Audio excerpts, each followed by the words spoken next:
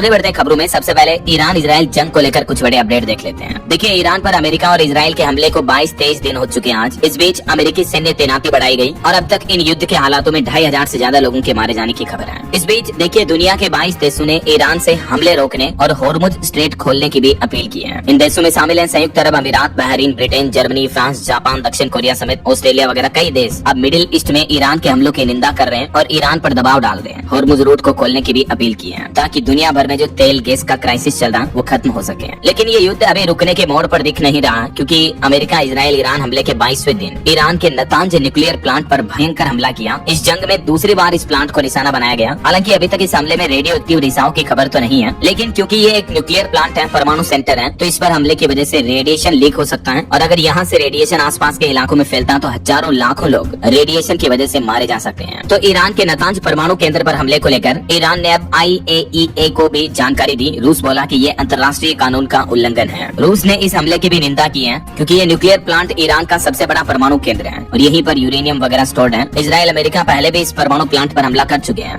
लेकिन इस बार तो इस हमले की पुष्टि को लेकर भी इजराइल का कहना है कि हमें नहीं पता ये हमला किसने किया। देखिए जरा। हालांकि इन हमलों के बीच भारत के लिए एक अच्छी राहत भरी रिपोर्ट आ रही है कि ईरानी नेवी ने खुद एक LPG लदा भारतीय जहाज होर्मुज रूट से पार करवाया और दावा किया जा रहा है कि इस जहाज को हमले से बचाने के लिए ट्रैकिंग सिस्टम भी बंद किए गए। हालांकि अभी भी 22 जहाज फंसे हुए हैं। इस बीच देर रात इराक के एरबिल एयरपोर्ट के पास भी ड्रोन इंटरसेप्ट किए गए। हिजबुल्लाह के हमले में भी 2 इजरायली सैनिक घायल हो गए। G7 देशों का कहना है कि ऊर्जा सप्लाई सुरक्षित रखने को हम तैयार हैं। IAEA बोला कि डिमोना हमले के बाद रेडिएशन सामान्य है। ये अंतर्राष्ट्रीय परमाणु ऊर्जा एजेंसी है। इधर बहरीन में भी अमेरिकी ठिकानों पर ईरानी मिसाइलों का हमला देखने को मिला। देर रात बगदाद में भी अमेरिकी दूतावास पर ड्रोन हमला हुआ। एक्सपर्ट्स का कहना है कि अमेरिका अपने सहयोगी देशों पर भी दबाव बना रहा है। हमारे भारत के विदेश मंत्री डॉक्टर एस जयशंकर ने भी ईरानी विदेश मंत्री से फिर से फोन पर बातचीत की और इस बातचीत में दोनों नेताओं ने इलाके में चल रहे तनाव, युद्ध और उसके असर पर भी चर्चा की। और खबर है कि इधर ईरान ने भी जवाबी कार्रवाई करते हुए तेल अवीव पर भीषण मिसाइल हमला किया। 20 सेकंड में 18 मिसाइलें दागी हैं। और इन हमलों के बीच एक खबर आ रही कि लग्जरी प्रॉपर्टी वाले निवेशकों का पैसा भी फंसा हुआ है। अमेरिका ईरान युद्ध में झुलस रहे दुबई में विला और अपार्टमेंट की मांग घटी। 2 से 4 करोड़ तक की छूट मिल रही है, फिर भी खरीदार नहीं मिल रहे हैं, क्योंकि अभी दुबई की रियल एस्टेट प्रॉपर्टी में भी इन्वेस्ट नहीं कर रहे लोग बाग इन हमलों के माहौल के बीच। और अगर ये युद्ध अगले 2-3 सप्ताह में भी खत्म हो जाए तो भी हम अपनी अर्थव्यवस्था इकोनॉमी को संभाल लेंगे, ये कहना है 16वें वित्त आयोग के सदस्य डॉक्टर सौम्य कांति घोष का। वहीं प्रधानमंत्री नरेंद्र मोदी ने भी ईरानी राष्ट्रपति से फिर से फोन पर बातचीत की, ईद के त्योहार नवरोज की बधाई दी और शांति की अपील के साथ ही सत्य संदेश भी दिया। पीएम मोदी ने बीते दिन ईद के मौके पर फोन लगाया ईरानी राष्ट्रपति को और ये बातचीत की।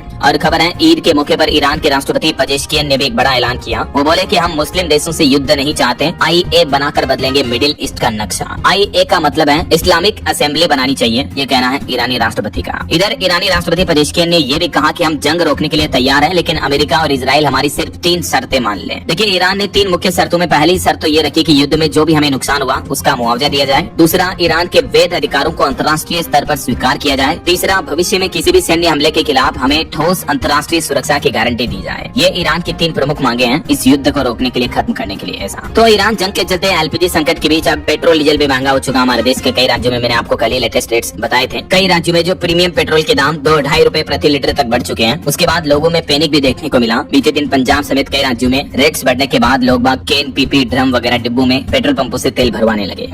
और LPG संकट के बीच सरकार ने आज ये बड़ा फैसला लिया। होटल रेस्टोरेंट्स को 20% कमर्शियल LPG का कोटा मिलेगा। राज्यों को ये एक्स्ट्रा सप्लाई दी जाएगी और इस 20% बढ़ोतरी के बाद टोटल LPG आवंटन 50% तक बढ़ जाएगा। और LPG क्राइसिस के बीच एक रिपोर्ट सामने आ रही है। लोकल सर्किल्स ने दावा किया कि 20% लोग अभी भी LPG सिलेंडर ब्लैक में खरीद रहे हैं। उन्हें 4000 रुपए तक ज्यादा देना पड़ रहा है। 68% लोगों के घरों में समय पर नहीं पहुंच रही है LPG गैस भी। LPG संकट के बीच कहीं न कहीं गैस सिलेंडर की कालाबाजारी काफी ज्यादा बढ़ी है और इस सर्वे रिपोर्ट्स के मुताबिक इसके डेटा क्या चल रहे हैं आप देख सकते हैं। और भी कई चीजों में महंगाई देखने को मिल रही है। जोमेटो से खाना मंगवाना भी महंगा हो चुका है। वहीं खबर है भारत में फिर बढ़ेगा रूसी तेल का आयात। इराक बना सबसे बड़ा आपूर्तिकर्ता। अब ईरान से सप्लाई तेल नहीं हो पा रहा, तो इस बीच अब क्रूड ऑयल सप्लाई रूस से और बढ़ाने जा रहा हमारा देश भारत। और गैस संकट के बीच सरकार ने व्यावसायिक संस्थाओं के लिए गैस कंपनियों को PNG कनेक्शन को प्राथमिकता देने की भी सलाह दी है। और गैस की लत के बीच एक राहत भरी खबर है। बिहार में भी पटना समेत कई जिलों में PNG कनेक्शन का रास्ता साफ हो चुका है। अब 24 घंटे में NOC मिल जाएगी PNG कनेक्शन के लिए। देखिए, LPG गैस सिलेंडर की किल्लत के बीच अब आज से ही राहत मिलेगी। राज्यों के लिए 50% कर दिया LPG कोटा और प्रवासी मजदूरों को 5 किलो का छोटा सिलेंडर भी दिया जाएगा। केंद्र की नरेंद्र मोदी सरकार की तरफ से यह बड़ा फैसला लिया गया है। वैसे राज्यों को आज 23 मार्च से ही 20% ज्यादा गैस मिलेगी, लेकिन इस 20% के बाद राज्यों को मिलने वाली जो कुल सप्लाई संकट से पहले के स्तर के 50% तक पहुंच जाएगी। ऐसा और केंद्र सरकार ने ये भी कहा कि ढाबों होटलों को प्राथमिकता मिले, प्रवासी मजदूरों के लिए 5 किलो वाले छोटे सिलेंडर दिए जाए। इसको लेकर भारत सरकार के पेट्रोलियम और प्राकृतिक गैस मंत्रालय की तरफ से ये नोटिस भी जारी किया गया, आप देख सकते हैं। अच्छा, आपको एक सावधान करने वाली खबर भी बताता हूँ। देखिए आप, अभी जो एलपीजी गैस सिलेंडर की किल्लत चल रही है, इस बीच इस बहाने मार्केट में साइबर ठगी का एक नया तरीका भी ढूंढ निकाला है ठगों ने। लोगों को मोबाइल पर व्हाट्सएप पर एपीके फाइल भेजी जा रही है। जैसे आप इस फाइल को डाउनलोड करते हो, आपके बैंक खाते से पैसे कट जाते हैं। यूपी मुरादाबाद में तो इस तरह का मामला भी देखने को मिला। एक व्यक्ति के साथ 35,000 रुपए की ठगी हो गई। क्योंकि लोगों में अभी पैनिक का माहौल है, तो साइबर ठगियां के मौके का फायदा उठाते हैं और इस तरह के मैसेज भेजते हैं कि इस ऐप से सिलेंडर बुक करो तो आपको जल्दी मिल जाएगा वगैरह वगैरह। तो लोगों को पता नहीं चलता और अनऑफिशियल एप्स पर फिर आप पेमेंट करते हो तो इससे आपके बैंक खाते से पैसे भी कट जाते हैं। समझ रहे हो? ये पूरा घटना मामला आप देख सकते हैं। तो कभी भी कोई भी एपीके फाइल अननोन ऐप अपने फोन में डाउनलोड ना करें। अगर आप सिलेंडर ऑनलाइन बुक भी करते हो तो ऑफिशियल ऐप से ही बुक करें। ओके, और चलिए आगे बढ़ते हैं अपन खबरों में। देखिए अगला अपडेट, सरकारी कार्यालयों के प्रीपेड मीटरों का अप्रैल महीने में करवाना होगा रिचार्ज। पीएसपीसीएल ने लागू की योजना। पंजाब में स्मार्ट प्रीपेड मीटर्स वाले सरकारी कार्यालयों को यह नया आदेश जारी हुआ है। और भारत चीन के रिश्तों पर अच्छी खबर आ रही है। देखिए चाइना की एयरलाइंस कंपनी एयर चाइना ने चीन की राजधानी बीजिंग से भारत की राजधानी दिल्ली के बीच फिर से सीधी उड़ान सेवा शुरू की है। चाइना बोला कि ये सिर्फ यात्रा नहीं बल्कि भरोसे की वापसी है। और उत्तर प्रदेश की योगी सरकार की बड़ी सौगात देखिए, श्रमिक बेटियों की शादी के लिए अब 85,000 रूपए यूपी सरकार की तरफ से दिए जाएंगे विवाह के लिए।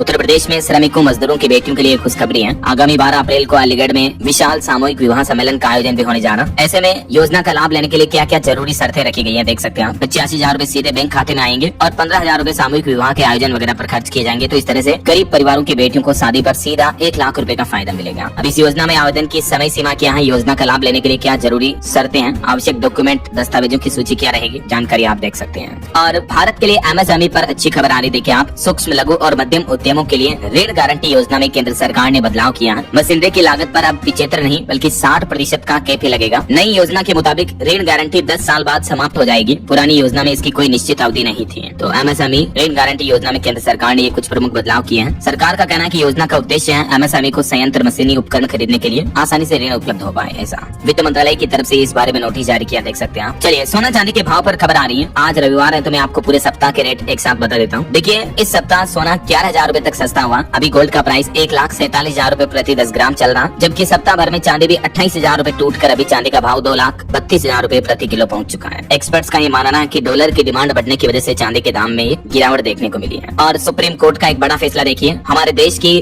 जेलों में भीड़ भाड़ पर सुप्रीम कोर्ट ने सख्त रुख अपनाते हुए अब सभी राज्यों और केंद्र शासित प्रदेशों से जेल में कैदियों का ताजा डेटा भी मांगा है। प्रत्येक जेल की क्षमता, कैदियों की संख्या और भीड़ भाड़ का प्रतिशत और जेलों में महिलाओं और बच्चों के लिए सुविधाओं का विवरण सभी राज्यों और केंद्र शासित प्रदेशों से सुप्रीम कोर्ट ने मांगा है। इसके अलावा सुप्रीम कोर्ट ने ये भी कहा कि पुलिस कर्मी जो आरोपियों के फोटो वीडियो ऑनलाइन अपलोड करते हैं किसी भी तरह के अपराध में, क्राइम में शामिल आरोपियों के, तो ये चिंताजनक है। ये निष्पक्ष सुनवाई के लिए भी खतरा है क्योंकि इससे आरोपी की इमेज खराब होती है। सुप्रीम कोर्ट ने मोबाइल से शूट किए गए फोटो वीडियो को तुरंत सोशल मीडिया पर अपलोड करने के ट्रेंड पर कड़ी चिंता जताई और कहा कि इससे निष्पक्ष सुनवाई प्रभावित होती है। चलिए खबर देखिए, अमेरिका की एक रिपोर्ट में भारत के आरएसएस पर बैन लगाने की सिफारिश की गई। 275 पूर्व जज और अधिकारियों ने आलोचना की, बोले कि रिपोर्ट से दोनों देशों के रिश्ते खराब करने की कोशिश की जा रही है। यूएससीआईआरएफ की रिपोर्ट्स में ये बैन लगाने की बात कही गई है। चलिए अगली खबर देखिए, पश्चिम बंगाल के मुख्यमंत्री ममता बनर्जी बोले कि प्रधानमंत्री नरेंद्र मोदी सबसे बड़े घुसपैठिए हैं। बंगाल में अघोषित राष्ट्रपति शासन लगाया। केरल मुख्यमंत्री ने राहुल और कांग्रेस को बीजेपी की बी टीम बताया। इधर राहुल गांधी का भी कहना है कि तेल की कीमतें बढ़ना महंगाई का संकेत है। उन्होंने कहा कि सरकार भले ही इसे नॉर्मल बताए लेकिन रोजमर्रा की चीजों के दाम बढ़ेंगे। राहुल गांधी ने यह भी कहा कि चुनाव के बाद पेट्रोल, डीजल, एलपीजी की कीमतें और बढ़ा दी जाएगी। ऐसा